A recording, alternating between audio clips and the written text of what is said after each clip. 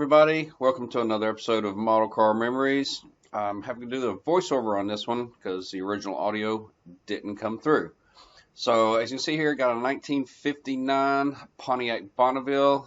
It's actually one of the cars on the opening intro. Going to do a cleanup on this one.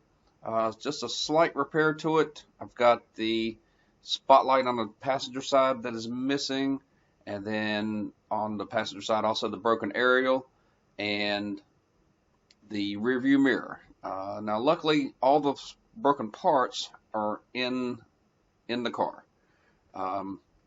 So biggest thing is get the dust on it there. So I'm going to use a pair of tweezers here, get some of the parts out so I don't damage them and don't lose them. Getting the spotlight out from underneath the dash there. That one was a little difficult to get. But it retrieved it. The rearview mirror, I couldn't quite grab it, so just quick shake and it fell out there. So as with any cleanup, I start out with the brush. This is just a generic cosmetic brush. You can get them for a handful of dollars at the store.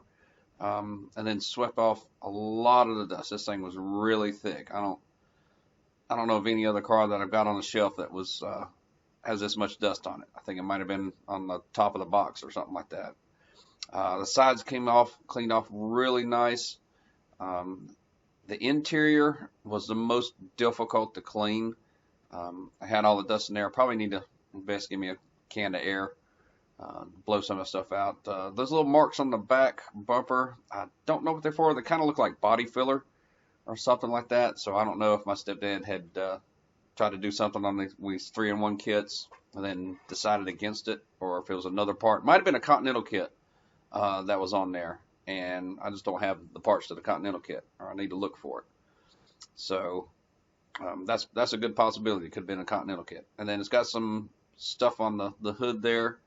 That actually came off pretty easily with the warm soapy water and the cotton swabs. But like I said, the interior was the worst part of it there.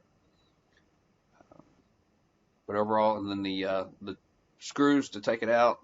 On the front, one screw just spun freely, and the other one just did not want to turn. So I didn't want to force it and break it on that. So there it is, all cleaned up. As you see, it's a big improvement from where it started on that. And then the aerial was probably the most difficult to glue back together to try to get it at an angle. The side light was fairly easy.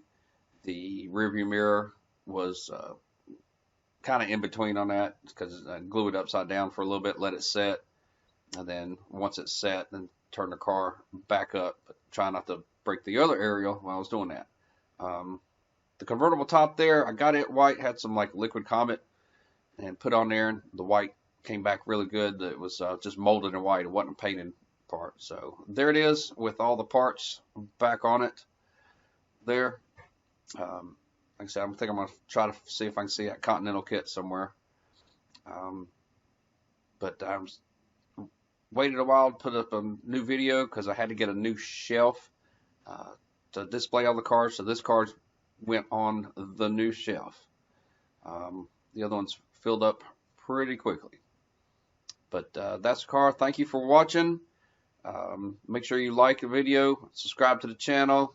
We'll appreciate everybody that's joined recently. Thank you for joining.